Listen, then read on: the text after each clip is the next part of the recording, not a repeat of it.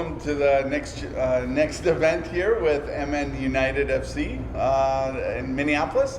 So I'm pleased to introduce today. We have Sean and we have Peyton from MN United. So great to see you guys here at our Minneapolis chapter event for Google for Startups Startup Grind. Thanks for having us. Thank you. So we're here to learn a little bit more about the MN United team, how that got started, a little bit about these guys, to get to know them personally, one-on-one, and also just to kind of like see how the season's going, see what the future of the company is, where you see it going right now, and the growth, and how everything's going.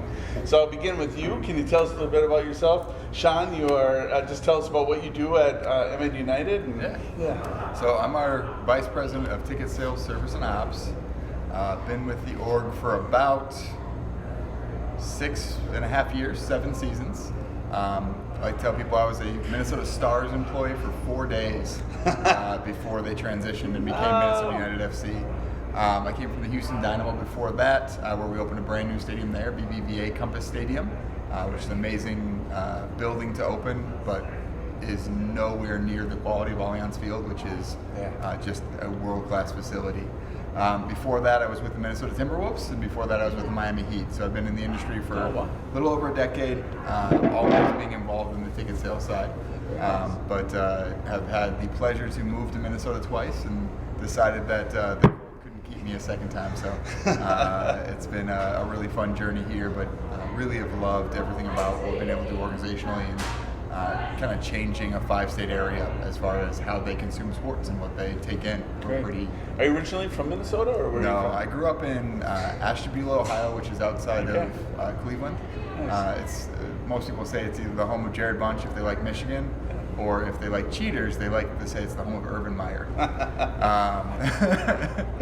So it just depends what side you fall on for that. And then I went to high school in Western New York, just south of Buffalo.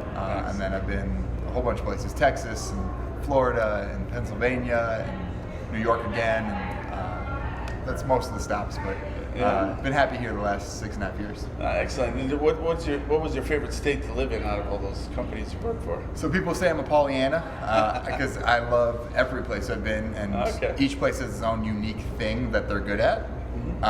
Minnesota has terrible winters, but they know that. So they plow well, and they have amazing opportunities for indoor sports. I play in basketball league still, and you know what you're averaging on assists. You know how many rebounds you've had.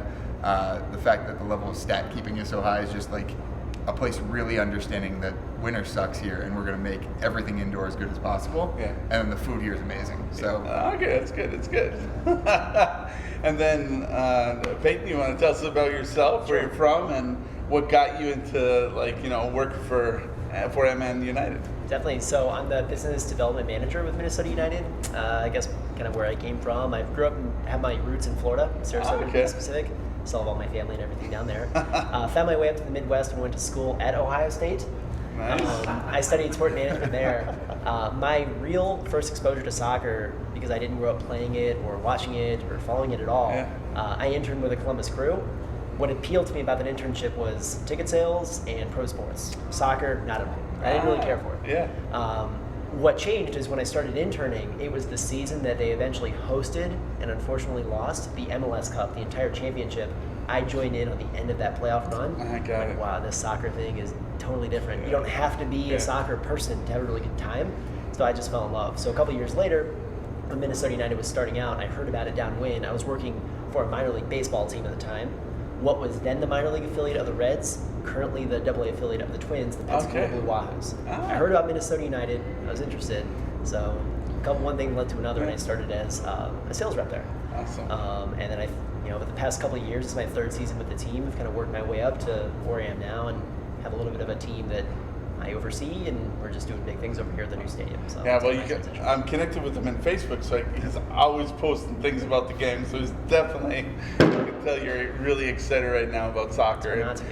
Like I mentioned to you, just my time in Europe that really got me excited about soccer as well, and I just absolutely love it. And my favorite team is I want to say Bayern Munich because I've spent so much time, but it is Barcelona. I can't stop liking Messi. He's just always the cool head and everything. So outside MN United, what's your second favorite then soccer team in the world? Yeah, mine's a very unpopular pick for a very weird reason. Swansea City is my favorite, which nobody in these type of settings answers that unless you're from England, there. right? Well, they're actually in Wales. Oh, okay, Wales. Whoops. It's the same, I think. I'm not sure. I'm going to get some probably negative feedback from someone from Wales. We beat them, and that is something that was really fun. We actually hosted them at NSC Stadium in Blaine. They had at least 3 players that were their annual salary was bigger than our entire payroll individually. And to have them come over was a really cool thing. It was great for our fans, and then to have a 2-1 upset was just shocking and special and really cool. And then I decided afterwards I'm going to like them because every time they beat someone, I can say we beat them, so ipso facto, we're probably better than them. Excellent. Ironically, the next match they played after we beat them, they beat Manchester United. So pretty clear, math adds up. We are better than Manchester United. Of course. I do like Man United too, but no, I'm sticking with Barcelona and then Bayern Munich. But of course, MN United is my favorite now. There we go, number 1. So for me, completely different. I don't have one, and it's not for lack of trying. When I first started with Minnesota United, something that's said is like you got to have an EPL team, you got to have a European team because you got to have one team you kind of that you like out there, right? Yeah. But then I hear people talking about who their team is, and just like Sean mentioned, there's this long history and there's this deep connection to this team. I'm like, I don't have any of that. Yeah. Like, I can't put my stamp behind a team yet because I don't have that, and I feel like it's almost been taken to a level that you need that to be able to say like that's my team. So I'm still open to suggestions and waiting for that thing to come about organically. It just hasn't happened yet. Well, the nice thing is you guys host a lot of European teams now in the new stadium, and you did that last year too, right? Mm-hmm. You seem to do that every year. Are there any kind of exciting ones coming up next year that you can talk about, or you can't talk about it yet? No news to break as of yet. Okay. What's really intriguing about the MLS calendar as a whole is there's some new tournaments and new fixtures coming into play. So there's Campeones Cup, which is where the champion of Liga MX and the champion of MLS play against each other. Oh, nice. There's also a tournament that they're exploring between MLS and Liga MX. There's also CONCACAF, which is for top finishers in the MLS regular season. And there's also US Open Cup. So there's going to be a lot of extra soccer outside the MLS schedule that happens.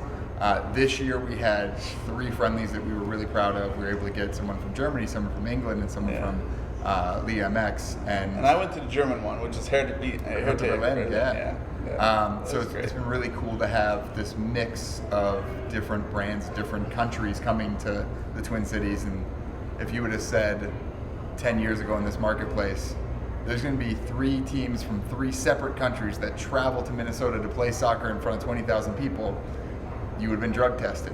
Now it's a very different world, and we've been able to really continue to ramp up the diversity that's in this marketplace and allow for the world's game to really be tasted and enjoyed here in the Twin Cities. And we need that level because every MLS match we've had has been completely sold out.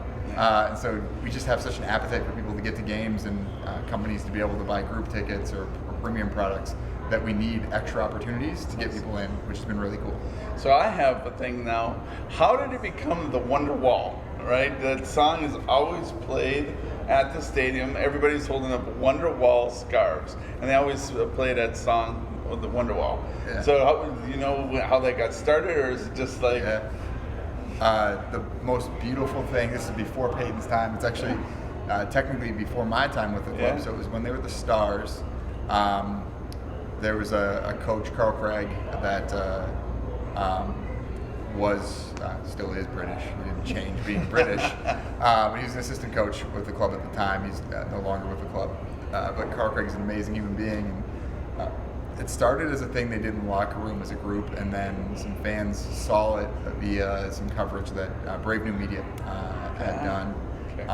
And that then expanded to where fans started to sing it back to the players. And it started as 10 fans singing it back to the players, and then became 30 fans, then became 50 fans, and then became the entire supporter section, and then it became everyone in the stadium in Blaine, and then it became everybody in the stadium at TCF, and then everybody at the stadium at Allianz Field.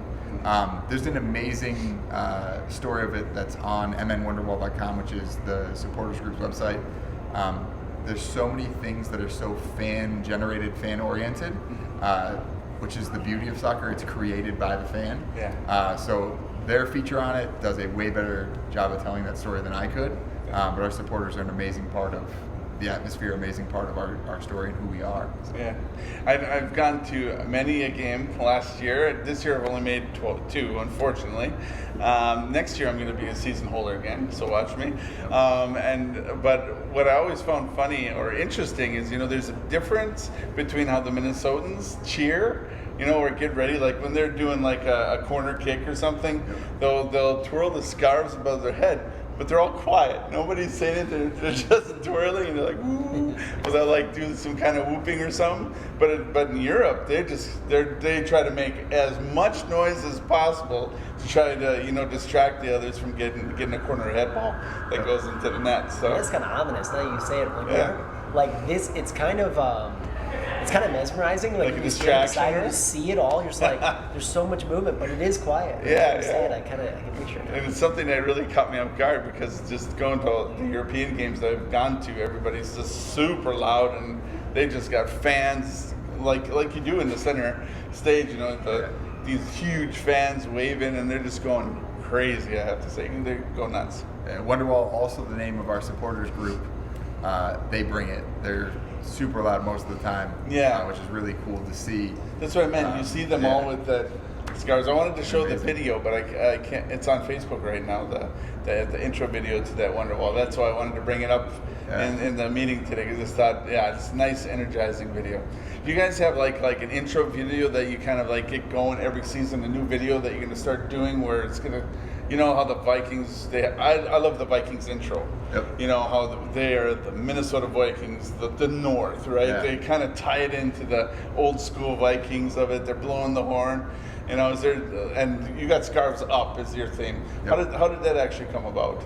From our marketing department, one of the biggest goals was to kind of cut through the clutter. Mm-hmm. There's so many teams in this marketplace who have something associated with the North in their who we are. The Bold North or Up North, whatever the North stuff is, and everyone's North. And then there's a Canadian team going, we're winning a championship, and we're the North. And so if everyone's the North, then you had to find a way to cut through and find something that was unique to what soccer is. And if you go to our match, you see very evidently that scarves up go up on corner kicks. After we win, scarves up over the top of the head, and everyone's singing Wonderwall. And such a big part of our culture and who we are. It's also fan-oriented and fan-driven, so we kind of just drafted off of what's the energy the fans are already bringing, which was really cool. And our marketing department's done a great job with that, and really kind of led the charge on that. I think it's resonating. People go, hey, scarves up, and they know it, so it's a cool thing to see. So you said it was before the Stars, and then it became now the Loon, right, as the icon. How did that come about? Was it somebody who just, loved the Loon so much about Minnesota, or we had to choose one bird that was from Minnesota? I mean, I love the icon. It looks really cool. I've never been a fan of a Loon myself, because that bird has a red evil eye, I tell you. But it's really cool in the logo and everything, how it works here at MN United. But I feel like I'm name dropping all sorts of companies, but there's cool parts of our history. Zeus Jones did an amazing job of developing our brand back in the day when we made that conversion. And I had the pleasure of seeing a bunch of the concept work and a bunch of the things they put together of what we could be. And technically, from our point of view, we never named ourselves the Loons. We had a logo that was a stylized combination of a loon and a phoenix kind of raising from the ashes. Right? So soccer wasn't huge 6 years ago. There were some really dedicated fans, and there was a really cool underswell of people, but it was small. There's 242 season ticket members, 1,000 people going to matches, and so that rebrand was really a chance for soccer to kind of be reborn and rebuilt. But it's a phoenix mixed with a loon in some ways, and the red eye is prevalent. And with it being the state bird and all those things combining, that the fans, much like in Europe where you have nicknames associated with teams that aren't the team's actual name, started to gravitate towards the loons because we had the red eye, we had a bird that looked like a loon, and it became part of our story and part of who we became. It's interesting because I never knew why the loon, and now it makes sense now with the rising of the phoenix, and then the loon being obviously the state bird, and it is a tough, scary eye, So it really does get you. It's found our way to be a part of the brand and replicate it over time, which is really cool. We had our first employee shirts, I'll never forget, because they had to be custom sewn on, had a red button. So it was a black shirt with a red button to emphasize that red eye. Nowadays we have, with Excel Energy, we have a partnership, and they have a red seat in the stadium. There's one red seat in the entire stadium. So it's kind of like resemblance of the eye. It keeps on resonating over and over again. We continue to see. And it's only this one red seat eye. in the stadium. Only one red seat in Not the entire like stadium. many seats shaped like an eye. Nope, just one. The eye of the loon. So that's cool. That's pretty cool. That's awesome. Do you ever get a chance to win that seat, or is it just that person who created it? So super cool. It's actually reserved for members of the military that have come back after service. Nice. My brother was Army Air Force, so he did both of those. And so for me, it's a really cool thing to see members of our Great way to honor community them. honored. Yep. I love it. Yeah, my grandfather was in World War II Navy captain in the Navy. So yeah, he was a submariner. Very cool. So what's it like, getting people excited, like when you're trying to get them to come? How's the path like with your current position right now, where you're trying to get people motivated to attend games? How do you reach out to people? You get the social media. What other aspects are you doing to reach out to fans, to get more fans? So I think, in my perspective, what's so different is when I joined the club, it was early 2017. At that time, we had just played so my first day on the job was our second home match in MLS. We had just beaten Real Salt Lake to get our first ever MLS win. It was awesome. But as far as our... They're a tough team, usually, right? This year they're not so good, right? No, they're solid this year. Okay. Yeah. But at the time, I remember when someone said, like, I'm interested in season tickets. So I was like, all right, well, name your spot where you want to sit. I can get you there. And now we move to a place where someone says, I will take as many season tickets as I can get, and it's, I'm sorry, you'll have to wait. How long do I have to wait? Name it, I'll wait it. So we've gone from such a place of we can have whatever or we can offer whatever you want, to a place of we are so limited. How can we get you into the product we have to best set you up for the thing you ultimately want down the road? How do you think that came about? One part, the stadium, the new stadium right now. Two, a good season, you think? Because last season, like, they weren't as great. I think, what did we get, 9th or 8th or something like that at the end? Yeah. Sorry, we don't want to talk about it. That's last year. But I mean, how do you think that just became? Do you think that new stadium actually helped out for being the reason for that? It definitely doesn't hurt, right? So there's a lot of people who they knew the stadium was coming, so it was how do I get in on what's available now to set myself up for that thing down the road. The other part of it, our first 2 years in MLS, we were not a good team. You said it yourself, 9th, 10th in the table. We had a couple stretch of a month and a half where we won a lot of games and it was a lot of fun, but overall, we didn't win any games on the road really. We were 50-50 at home at best. What we did, I think, really well is connect with fans on the experience and less about performance on the field, because we like to say control your controllables. We can't guarantee that the best team we possibly have is going to win every game. What we can guarantee is that if you go to the stadium, you have your tickets on time, you have your food vouchers, everyone in the stadium is friendly to you, you're there on time, you have a rep that is personally working with you, you have a connection with the club, so everything that we can do, we did. So people who say, I would love to see us win, what's more important to me is having a good time with my family or my coworkers or my staff. That's what's important to me. I'm going to come back regardless of the score. So that's what I think we did really well when we weren't winning. And you did that last year well. Like I mentioned to you too before, I met you both last year. And you sold me into being the mini season holder, and I was, and you actually got my nephew to see his first soccer game, and I just thought that was great, and I'm always going to respect you guys for that, so I do very much appreciate it. And I just, I'm just so excited that the Loons, United, you're really second place this year now in the Western Conference Division, which is really awesome. Just to be in the third year, right? Yep. Like you said, I thought it was only second year, but in your third year already be like top two in the conference, in our conference, the Western Conference. That's awesome. It's surreal sometimes to think of how we're playing on the pitch, also in combination with our run in the U.S. Open Cup. So U.S. Open Cup always requires some level of explanation so people can understand it. It is a tournament that allows any team in the United States to qualify, participate, and so you're really crowning in a single elimination tournament the best team. And if you could we could make a team. It'd be a very bad team probably. We could make a team. We could go ahead and play in this tournament, play up the qualifying ranks, and you get to the place where an amateur team can play a semi-pro team. A semi-pro team can play a full pro team. A full pro team can then play an MLS team. And we've been able to go on a very, very good run. We beat mostly MLS teams, although we also played New Mexico United. Great fans, great people down there. They go crazy. We also beat them 7-1, so that was pretty great too.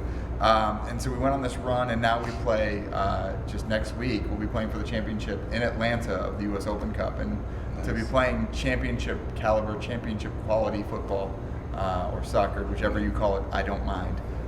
Is really magical in this time. Yeah, and who's that rising star that's now making a lot of goals? Is it? I don't want to misrepresent. Is it Milano or no? Who's up front? Mason forward. Toy. There you go. Toy. Toy has just come about like crazy this last half of the season. He's like now like the top one. I really am a big Quintero fan. Yep. He's somebody who has a talent with the ball where he can just move it and get it to teammates. And last year he came mid-season too, I think. Right toward the front. Yeah, it was not before the season started. Yeah, that's right. And I loved it because that guy can handle that ball, and he has such technique. And then he's also a team player. You can see that because he had so many opportunities where he could have crushed it, and he just passed it on. And sometimes he didn't make it because of it. And I'm like, no, just take it, But yeah, he got an awesome team put together now this year, and Toy is shining like crazy right now. Yeah, our problem in the past had been depth and. And he was on the team all last year too, right? Yeah. Probably about 3/4 to a half of last year, Darwin was there. Yeah. And depth had always been our problem. We had struggled to have a team where one injury didn't derail us, and Manny and co. So Manny is our technical director. Think of it as GM and other sports in the United States. They've done a great job of building depth where our second best player at a lot of positions, which Mason at the beginning of the year was our second best striker. Can compete, can play, can make an impact. That's the only way you go on a run in U.S. Open Cup the way we have been, and be able to still be sustainable in MLS League play. And it's nice nice you have great depth. And he's young too, right? He's only Mason's 20. I mean, he's just beginning his career to be so good right now and getting. I don't know how many goals he's made this year alone. I haven't kept track, but and off the top of my head, just a lot. Yeah, it's great. They were clutch goals. It wasn't even just like we were up 4-1, he put us up 5-1. They were clutch goals that we needed to steal a point or confirm all three. So, but he plays off but he plays off well with the other, the midfield and the other forwards. So we've got a lot of good young depth in general. We have Hassani Dotson, who's a defensive midfielder who sometimes plays left back, some plays right back. He just fills in wherever needed, and he's definitely potential for Rookie of the Year this year.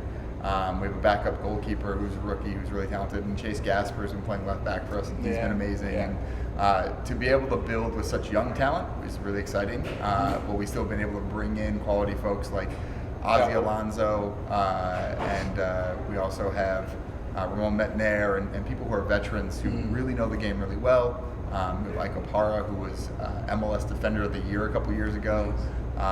Jan Gregory, who's a great designated player for us in the midfield. So we really rebuilt the spine and then have a ton of young talent infused, and it's been a really great mix, really fun mix. Yeah, it's exciting. So now you have the new stadium, and I love it, by the way. The seats are fantastic. I love it. You don't need these handlebars. You're going to be crushing and sitting there with people anyway, elbow to elbow, so what do you need to do, handlebars? And then you've got plenty of room for your knees, which I love too, because sometimes it's all stadiums that they build, it's all about numbers, getting numbers in, get those seats in, make them as tiny as possible, and squeeze in another ticket or something. But you guys, I heard it was purposely done to keep it limited, because you do have 20,000. It's not like the Metrodome, right? Yeah. Or Metrodome, sorry. U.S. Bank Stadium. It's happened, sorry. Not like the Metrodome either. Yeah, exactly. But I mean, it's fantastic, and I think everywhere you go, you have really a nice view. You know, it's not like you're buying a nosebleed seat. You can't, and you're just seeing miniature icons, play where you see some of these older stadiums in the U.S. That's what it's like. Yeah. So there were 4 people from Minnesota United in the original design meeting. I'm 6'3", and I was tied for the shortest in that group. So I think that helped us with the leg room. That's good. So that was good for sure. And then from a design and size capacity, we kind of looked at some of the stadiums around the nation, and 20,000 was where we saw kind of that sweet spot where you had every single seat filled and people going crazy every single time, and the atmosphere just carried it, right? Yeah. If you think of having 21,000 people in a 25,000 seat stadium, or 20,500 in a 20,000 seat stadium, that 20,000 seat stadium feels better. Yeah. And so every game, knowing that we were going to be able to be at a sellout and grow from there. We have an expandable stadium, so there's potential to add more seats in the future. That's cool. Became a really sensible pathway, and the atmosphere has just been unbelievable. I think Peyton alluded to it earlier. You don't need to be a soccer fan to be in there, which has really helped us with our ability to have companies buy large group tickets. It's really helped us with our ability to be a place, some startups will be listening to this, it's where startups have been able to say, oh, sweet, I can start to invest like the big boys who have that club seat behind home plate at Target Field, or have that midfield seat at Target Center, or maybe our US Bank Stadium. People are able to now invest with something that makes a really big difference in this community, and do an amazing thing for their employees, for the people they like to be doing business with, for the people they want to recruit, and there's so many different ways they can use us, and so many different ways people have used us this past year, which has been really cool. It's awesome. And Allianz, Alliance, how did they become a part of it? So obviously, were the others in the bid in the beginning for that name of the arena? So a lot of people want to be a part of the project, that's for sure. One of my favorite stories is Dr. Bill McGuire, our owner, talking about how it happened. Someone asked him in an interview setting. And, we won't hold you to any of this, Don't worry about it. It's great. He goes, someone came and said, so how did Allianz become it? And he said, well, I asked them. And everyone just kind of paused for a second. And he's like, I went to their office and I said, you guys should do this. And I asked them, and then they did it. And there's a lot more to it. There's a longer build-up and those type of things, but it showed a few things. That having a dedicated ownership group in market is incredible for what you can do, that you can't do if you don't have a dedicated group in market. We have 17 owners. They're amazing. They care about the community. They care about what this club means for the entire community, but they also have connections and are willing to go into an office and say, hey, you should be a big part of what we're doing in this building. And Allianz is such a great brand to be a part of. They have 8 other stadiums around the world. When you think of some of the most impactful cities that are involved in soccer in Europe, obviously Munich we talked about earlier, and they have a rugby stadium in London. They have Turin, and they have Vienna, and so you start to think of these major metropolises, and Twin Cities is right there with them, and that's cool to be in that family. Because you only have the Munich one, right? The Bayern Munich is Allianz also. Yes. Arena, right? There's Allianz Arena, Allianz Park, Allianz Stadium. But I think only total. 2 are Munich and this one now. Nope, 8 total around the world, which is Rapid Vienna has them. That Minnesota gets to be one of the 8. That's really awesome. It's really cool. Yeah. Well, then it just made me laugh too, because I did sales for 10 years in Germany, and just the fact that he went directly saying, you have to work with us, you should do it. Yeah. Germans like it when you're direct, and they're very direct when you do sales with them too. So, I think just that directness of Frank, you said, or no, Dr. Bill McGuire. Dr. McGuire, then that directness probably just helped big time. So they appreciate it. It's like, whoa, that was unexpected. But I'm happy that there is that tie to Germany, because Germany is one of the best leagues always in Europe when it comes to soccer. So it's great to have that connection, and I love everything about Germany too myself. So I'm happy that it is Allianz or Alliance Field or Allianz. Allianz. Okay, so they do want you to say the German way. It's very important. With the A. Yes, cool. How do you go about then with sponsorships too? Are you currently then looking always for sponsorships or those companies that do. So if there's anything, we can help them, because Start Grind is a very global network. Yeah. And that's something that, we can help with always. But so can you explain about your department, what you're constantly, what are like some of the things that are always challenging for you? Yeah. The seats, it seems like you're filling them pretty fast, right? Seats have been going well. So we are specifically in the ticket sales side, and that's our major focus. We have an amazing team that's in corporate partnerships. And it's called that for a reason. They want partners, people that align with our brand, make sense, and have a way to activate and make the experience special for folks, as opposed to just kind of being name on a billboard. Okay. That style of doing business in sports has kind of gone by the wayside, so it's more really platform level partnerships where we're able to activate in unique and special ways. So we have a good amount of them. We have amazing partners in Target and Allianz that are some of the largest partnerships that are in our league, and they're amazing to work with. If you think of something like USA Cup, which happens in Blaine, it's now Target USA Cup, and that was amazingly activated. Amazing stars from the past of U.S. soccer that showed up to Blaine, Minnesota, which is, you think of just someone you would never think of Bemidji somewhere. Blaine? You went to Blaine, Minnesota to meet with these kids that are playing in this tournament, and that's the power of Target to be able to activate in that way. And they're really, really great. And Allianz has been amazing, and they've done a great job of making it not just the name on a building in Midway. They've really done a great job of kind of helping out the Midway neighborhood and making people feel comfortable around there. So any partner we bring on has to have some of those core values and some of the things that we believe in, we want them to believe in together with us. But the process for it is really Katie Mattis and her crew meeting with folks, going over what they're looking for kind of how they want to be activated, how they want to be brought forth in the marketplace, and really building it uniquely each time, because the way you activate a partner can be completely different than a different partner at the same money, same type of relationship.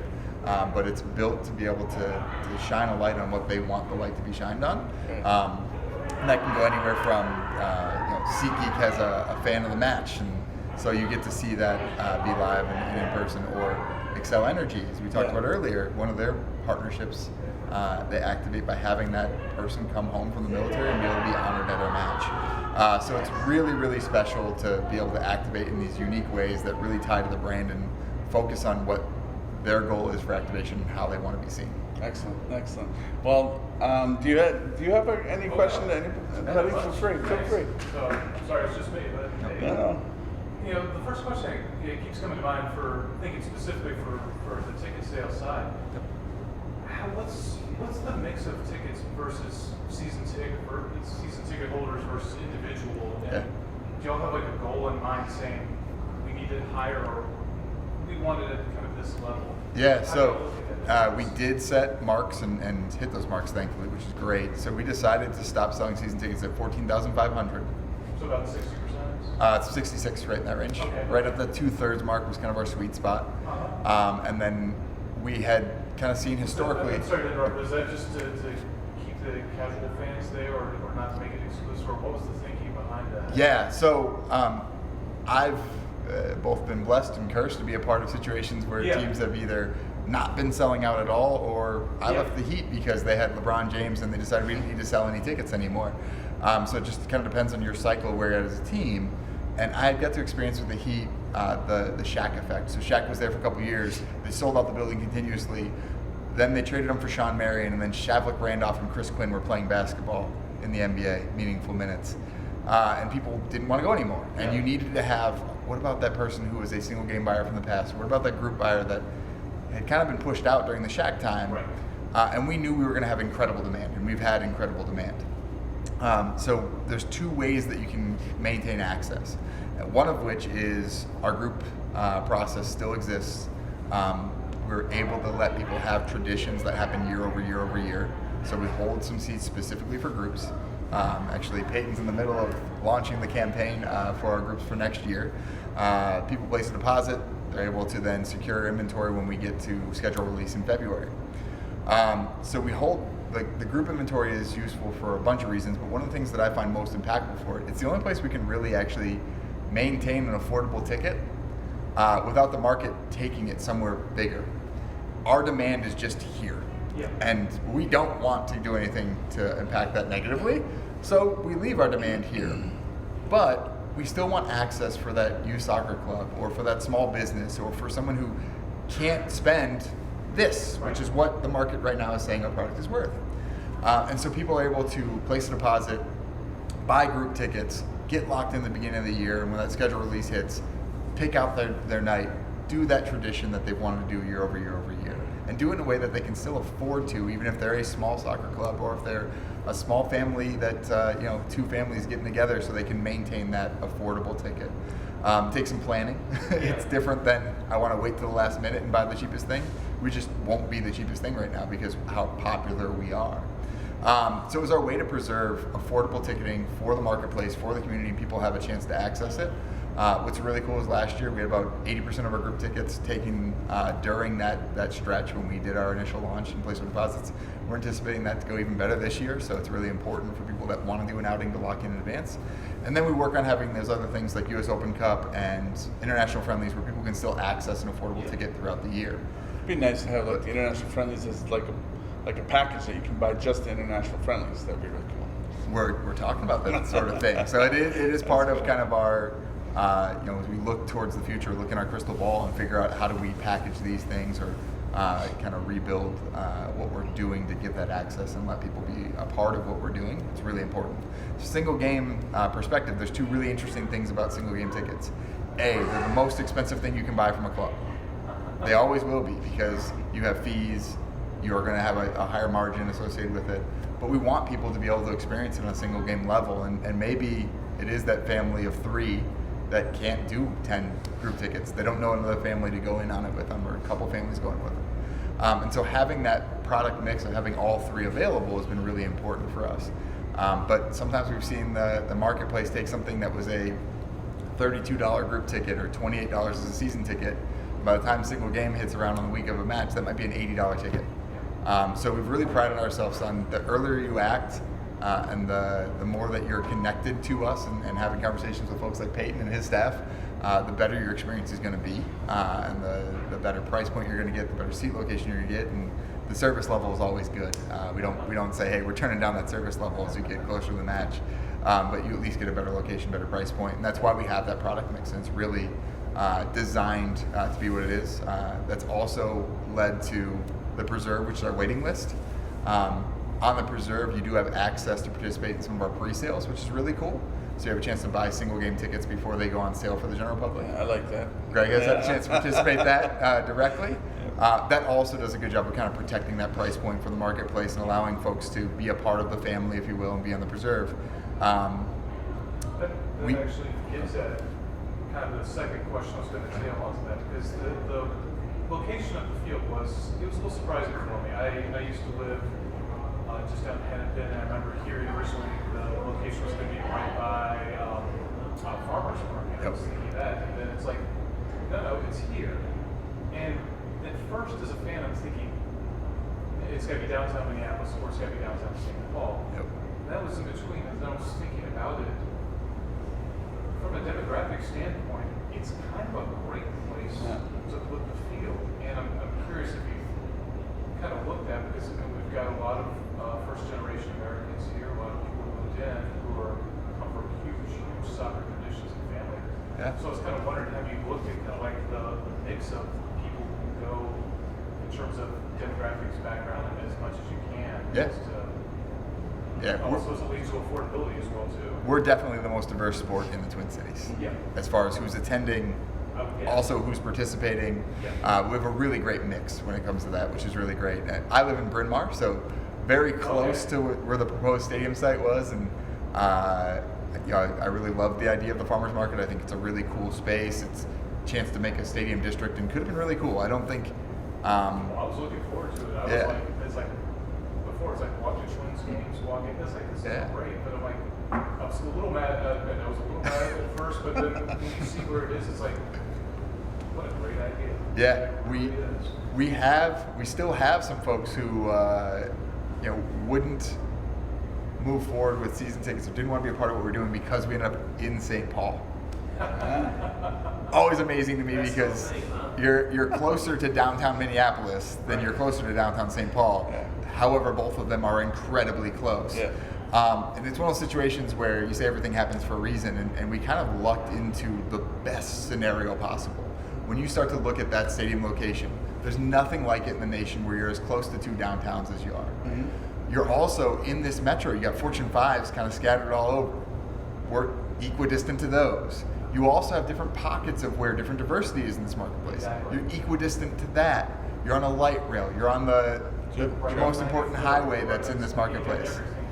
It could not have been a better place for us, and we're seeing that tenfold. And the other thing that's really cool about it is you can already see improvements in the Midway neighborhood happening, where it's like, okay, people are investing money into this neighborhood to continue to grow it and continue to make it vibrant. And Midway's got such a cool history and such a cool vibrancy. If you look over the course of Midway's history in the Twin Cities and what that neighborhood used to be, it's coming back, and I think it's got a really good chance to be one of the most important neighborhoods in the Twin Cities again, and to be a small part of that catalyst, and to have the stadium be maybe a centerpiece to it is really cool.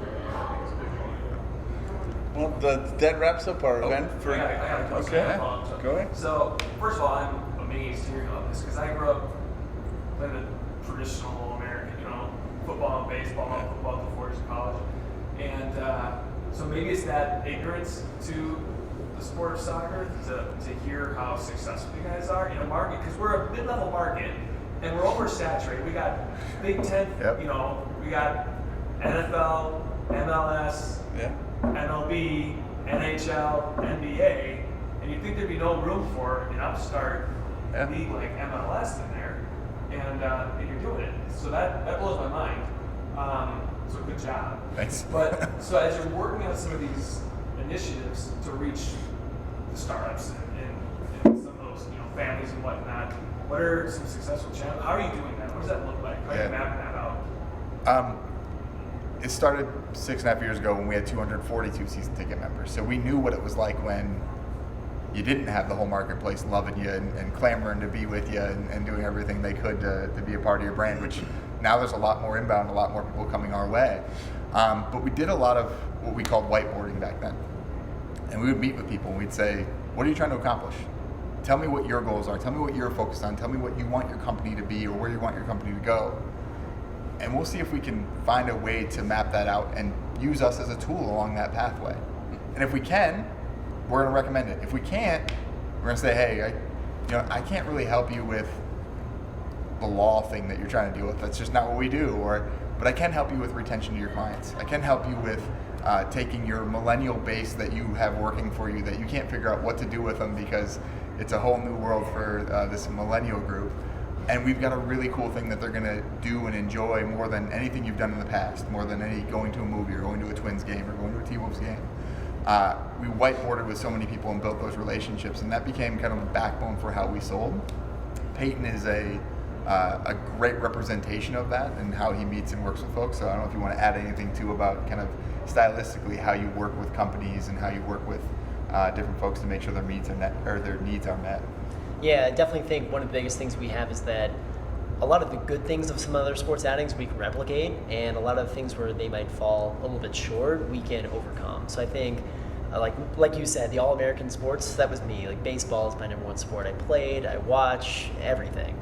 But even one of the biggest baseball fans I know, is that if I'm going to a game that doesn't involve my favorite team, even I'm looking at my watch around like 5th, 6th inning thinking, all right, it's getting kind of late. It's the 5th or 6th inning and is not even close to 75% done, it might be 9:30 at night. I should head out.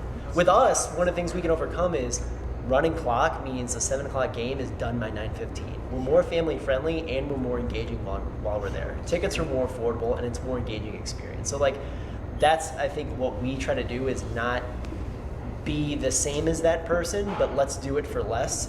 Let's take the thing that they're not doing quite as well. Maybe it's because inherently that sport can't do it.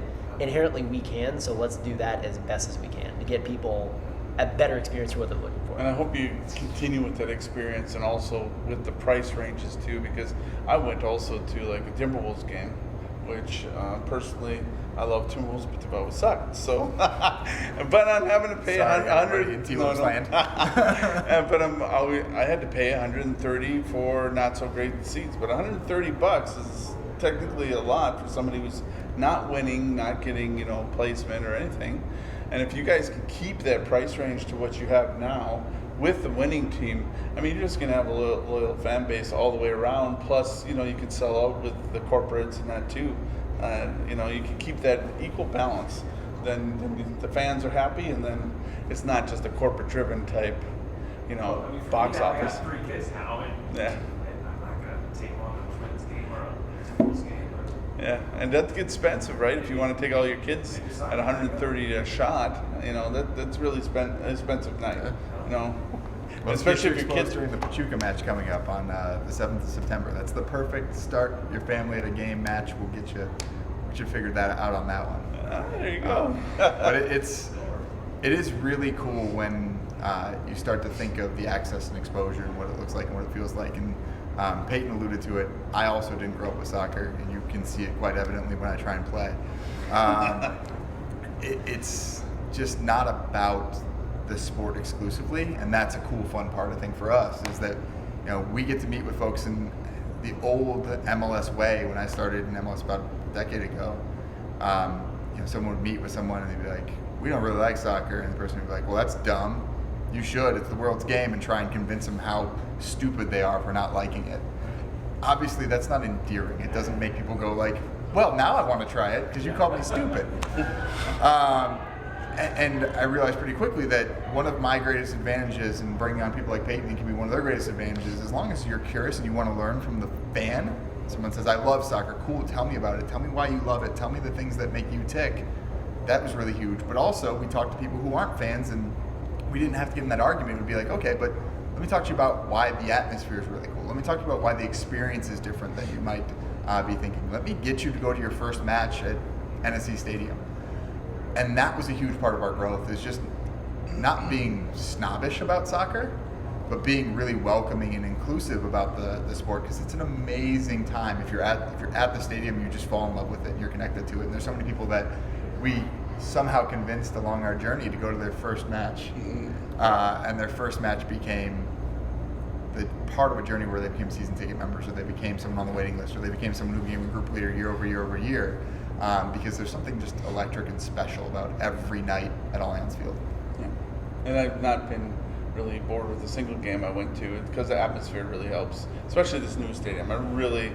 Just the design, everybody must go see a game, because it is a beautifully laid out stadium, and the fans are still there. They're still cheering just as loud as ever. Yes. Yeah. Louder. Yeah. Louder, that's for sure. Well, all I can say is it's been an absolute honor, again, seeing you guys again, and that you took the time out for Start Grind. And I'll do like a little pitch now for the sponsors. Thank you, Hippie Feet. Hippie Feet actually has socks where they help homeless youth help create socks. And they have a job for that. Then they're trying to get them out of the homeless lifestyle. So that's Hippie Feet. And then Beta.mn is a local sponsor here, Tech.mn, and also Forge North, and Minneapolis. So again, guys, we're getting close, right? The season's almost nearing to the end, and I think we're going to win it this year. Yeah? So I'm keeping fingers crossed that we're going to go all the way. I love that. And thank you again, Sean. Thank you, Peyton. Great. Thanks, Appreciate it. Awesome stuff, and looking forward to season 2020, but a great end of 2019 here. Excellent. Thanks. Thank you. Thanks.